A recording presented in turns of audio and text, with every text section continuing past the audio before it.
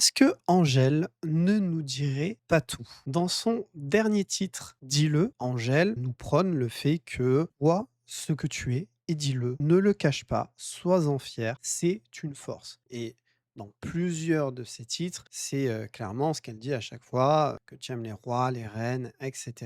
Bah, ça ne concerne que toi finalement. Et ça, c'est un très beau message. Je suis d'ailleurs totalement d'accord avec elle. Moi, je suis du genre, ah, je suis ce que je suis, ça te plaît, c'est très bien, ça te plaît pas, eh ben, tant pis, c'est comme ça en fait. Sauf qu'il y a une polémique qui, j'ai l'impression, prend un peu de l'ampleur. Moi, je viens juste de la découvrir là, ces derniers jours, en voyant des posts comme celui-ci qui montre en fait des images. Donc là, on peut voir en haut, en fait, c'est une photo qui appartient tout simplement à l'artiste anglaise Sienna Gavin. Et en dessous, on peut voir un screen du clip de Angèle, donc de Dis-le, qui est sorti en 2026. Cette photo des années 90. Apparemment, ce qui lui est reproché, c'est que le clip colle des compositions et des plans précis issus du livre argentique Spiraled de l'artiste Sienna Gavin, qui a notamment pendant les années 90 beaucoup été dans les raves underground et qui a suivi les Spiral Tribe. Et donc en fait, on lui reproche d'avoir des scènes qui sont là, comme on peut voir. Angèle, dis-le en haut, donc c'est des extraits de son clip. Et en bas, on voit deux titres de contrefaçon. L'un de Soma qui est de 2025 qu'on voit là actuellement. Et il y a un autre titre brûlé qu'on voit là maintenant de 2023. Donc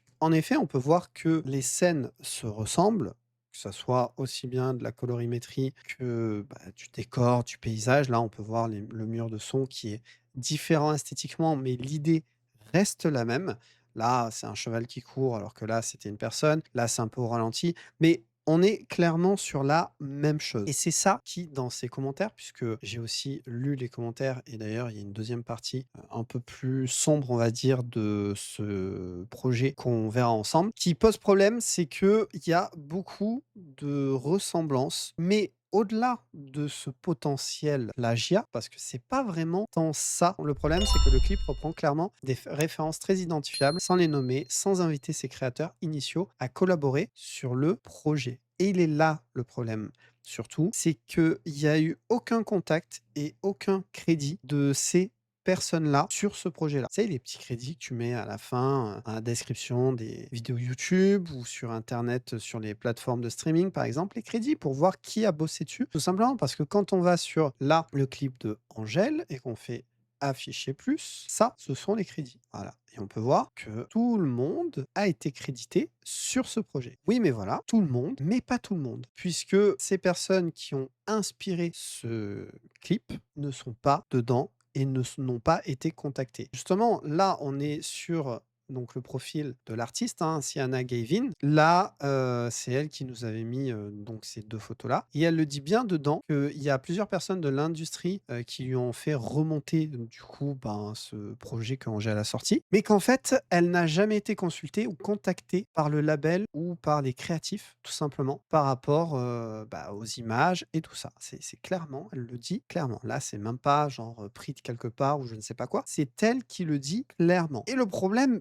vraiment, il est là. C'est que une personne lambda qui va sortir un son et qui s'est inspiré, voire qui s'est plus qu'inspiré, bah, elle va vite être bloquée sur YouTube ou elle va être contactée par les labels et tout ça en général. Mais quand tu es dans une certaine sphère, bah, ça marche plus forcément comme ça. Voilà. Et c'est un peu le cas pour Angèle qui a sorti ce projet-là sans contacter personne. Alors en plus, je parle de Angèle, mais c'est pour le coup, on peut même pas dire genre qu'elle est pas au courant, puisque c'est sorti sur son label Angèle LV. C'est même pas sorti sur une major où on pourrait dire elle est peut-être pas au courant, c'est un major. Son label, donc ça veut dire que c'est elle, ça veut dire que c'est elle qui valide, ça veut dire qu'elle est au courant. Alors même si elle a des équipes, elle est censée être au courant. Ou alors ça veut dire qu'elle valide sans vérifier le contenu. Et ça serait plus grave. Donc si je précise ça, c'est pas pour la torpiller, parce que justement cette vidéo a pour but de parler de ça, et je veux éviter qu'on torpille forcément Angèle, parce qu'elle n'est pas, pour moi, unique fautive, en tout cas, dans l'histoire, mais on peut pas dire qu'elle n'est pas au courant. Ça, par contre, c'est faux et je maintiendrai ça. J'ai remarqué aussi que dans les commentaires de sa vidéo, il y avait plusieurs personnes qui, là, il y a 6 jours, par exemple, on peut lui dire que c'est pas bien de voler le travail artistique des autres, force à contrefaçon, qui représente bien mieux la culture. Pour moi, les 2 gros problèmes, c'est qu'il y a pas eu de créditation ni de contact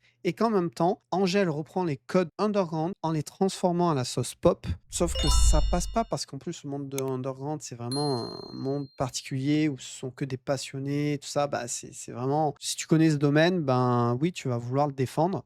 Alors après, underground, attention, comme j'ai dit, ça part dans tous les styles, hein. Donc quelqu'un qui aime un style n'ira peut-être pas écouter autre chose pour autant. Attention, le monde d'underground est très très grand, comme le monde mainstream. Donc c'est le problème qu'il y a et je voulais en parler parce que bah oui, c'est pas normal de faire un clip et de ne pas créditer ou contacter les personnes. Alors comment ça a pu arriver? C'est simple. Quand tu fais un projet, tu fais en général un mood board et pour faire un mood board, bah, tu vas en général sur Pinterest.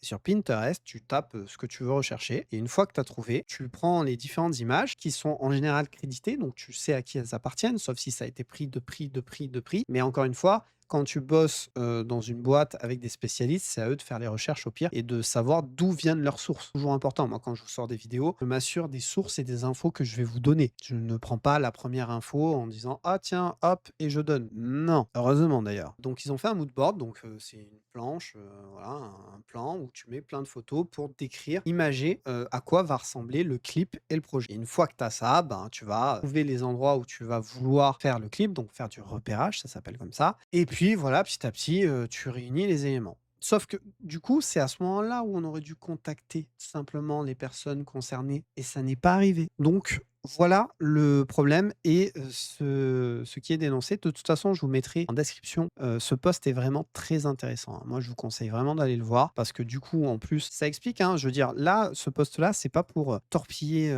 Angèle ou ses équipes ou autres. Là, voilà, on peut voir, il y a vraiment des définitions. Le plagiat, il consiste à reprendre le travail, des idées, les formes et les créations de quelqu'un sans le nommer, en laissant penser que ça vient de soi. Ce n'est pas forcément une copie parfaite, ce qui compte, c'est l'appropriation du travail existant sans reconnaissance claire de sa source. Il y a aussi la contrefaçon, l'inspiration. Elle est normale, toute création se construit à partir d'images, de sons, de références, d'archives, de gestes déjà vus. Oui. Oui, oui, totalement. Les crédits, ils servent justement à ça, à nommer les sources, les influences, les collaborateurs, les artistes et les références qui ont nourri le projet.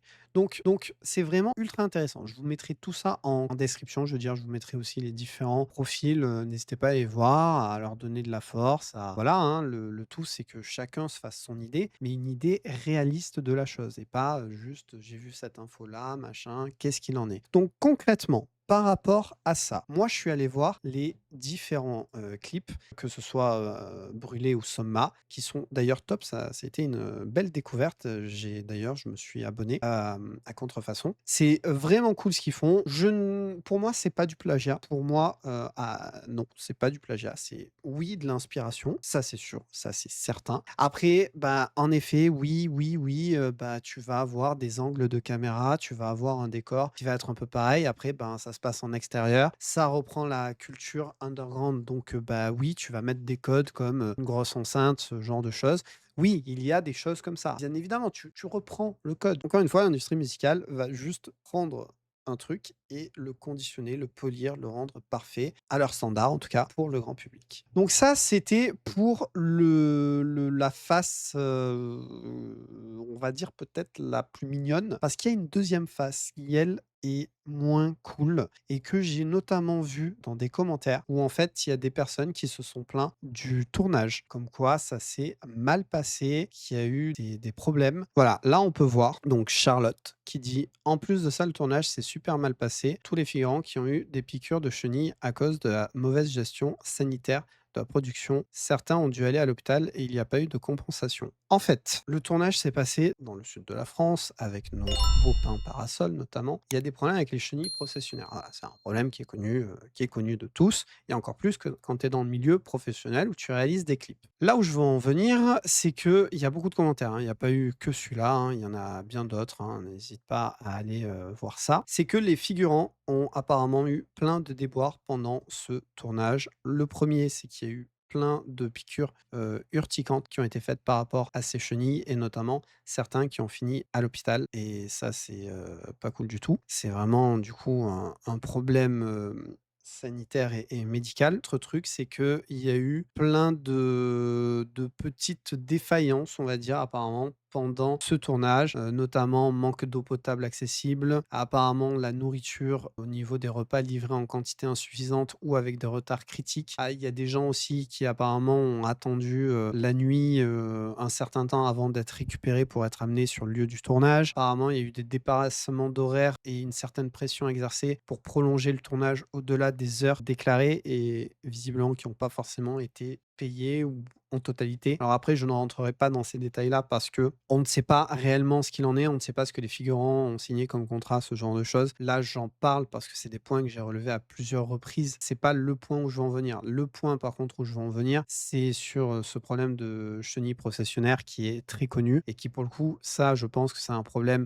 qu'on peut vraiment savoir s'il a vraiment eu lieu ou pas, puisque bah, si des gens étaient à l'hôpital et tout ça, enfin, il y a des registres et tout ça. Donc, je vais plutôt me baser sur ça. Après, les problèmes d'argent, les problèmes de nourriture et tout ça, je dis pas que c'est pas arrivé. Je dis juste que ben, si demain, certains veulent étouffer l'affaire ou autre, ça sera plus facile que ces problèmes de santé, pour le coup. Voilà, qui peuvent aussi laisser des traces physiques sur les gens. Là, en gros, je parlais de repérage. Donc, il y a forcément une équipe qui a dû aller repérer les lieux, qui devait aussi savoir ce problème-là. Et même s'ils ne le savaient pas, il y a des panneaux qui indiquent ça. Donc, je veux dire, tu es censé le savoir à un moment ou à un autre. Pour moi, du coup, il y a 2 solutions. Soit ils, sont allés faire du repérage en connaissant le problème et ils se sont dit: «Ben, écoute, on tente et on verra bien, peut-être qu'il y en aura pas à ce moment-là ou peut-être qu'il se passera rien». Ils ont voulu tenter. Soit l'autre possibilité, ça serait qu'ils n'étaient pas au courant, qu'ils ont fait du repérage et qu'ils se sont même pas rendus compte et ça serait, vraiment juste hilarant, c'est juste pas possible. Parce que quand tu vas aussi faire du repérage, tu as quelqu'un de local en général qui te montre des lieux et tout, donc ça veut dire que même cette personne locale ne saurait pas, c'est impossible, hein. Et que du coup, c'est sur le tournage qu'ils auraient réalisé ça et que forcément ils auraient pas pu changer le lieu parce que, ben, il y a entre les autorisations de tournage, le temps de décaler et tout, ça coûterait de l'argent et du temps.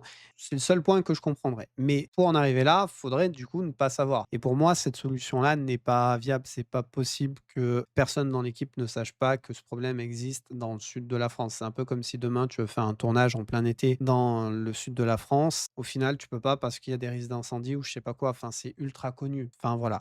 Donc ça voudrait dire que la vraie raison serait le premier choix, que finalement, délibérément, ils auraient accepté en connaissance de cause, sans prendre de mesures. Ce qui serait du coup horrible si c'est ça. Parce que des mesures, c'est possible d'en prendre, c'est même facile. Et au pire des cas, des lieux dans la nature comme ça, tu peux en trouver plein d'autres sans qu'il y ait de pain parasol, par exemple. Donc, je me questionne vraiment par rapport à ça. Et ça, c'est du coup l'autre problème, un peu la face sombre de ce qu'il en est, en sachant que pour l'instant, ni Angèle, ni les équipes n'ont parlé à ce sujet-là. Et que pour moi, c'est quand même un réel problème de professionnalisme, de mise en danger éventuelle de personnes. Parce qu'après, bon, qu'il y ait des retards pour la bouffe, ce genre de choses, il se passe toujours des trucs sur les tournages. C'est comme sur les shows, les lives, il se passe toujours des choses. Mais là, quand même, on parle de une centaine de figurants, au moins, avec tout autant de staff derrière. Et encore une fois, c'est pas pour tirer sur Angèle, mais Angèle était forcément au courant de ce problème. Soit elle l'a vu, et même si elle l'a pas vu, il y a forcément des assistants plateau,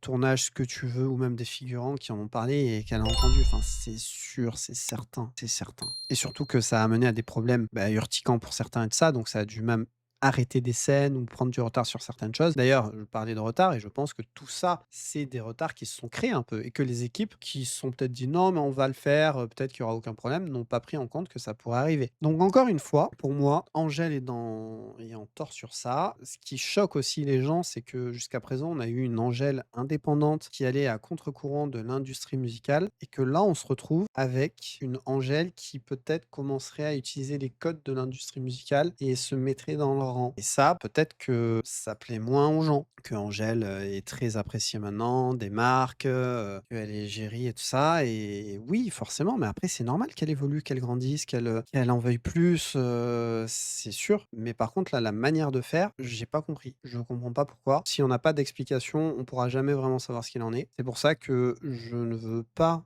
attiser le feu, je veux juste dire ce que j'en pense et faire une analyse, ce que je pense avoir fait là. Maintenant, il nous faut les retours des différentes parties pour savoir réellement ce qu'il en est et de là, on pourra éventuellement peut-être savoir. Mais je ne veux surtout pas que, ça parte dans tous les sens entre, bah, tout simplement comme on a pu le voir dans certains commentaires, qui direct, voilà, la traitent un peu de voleuse ou ce genre de choses. J'irai pas jusqu'à dire que c'est du vol. Il y a eu de la grosse inspiration. Certes, elle aurait dû contacter crédité, ça n'a pas été fait, mais on ne sait pas pourquoi. Donc attention aussi à ça. Il y a peut-être des raisons qu'on ne sait pas. Après, c'est beau de voir tous ces gens qui défendent un peu les free parties et tout, hein. C'est bien. Il y a des questions à se poser et je pense qu'on ne sait pas tout. Donc attention, mine de rien. N'hésite pas à me dire ce que tu en as pensé dans les commentaires, ce que tu en penses même de toute cette histoire, hein. Tu as le droit, bien évidemment, à partir du moment que c'est dans le respect. Et je te tiendrai au courant s'il y a des news à ce sujet-là. En attendant, il y a plein de vidéos, n'hésite pas à aller faire ton choix. Et il y a les lives YouTube et sur Twitch. Donc tu choisis ta plateforme que tu veux, qui sont un peu tout le temps, voilà. Donc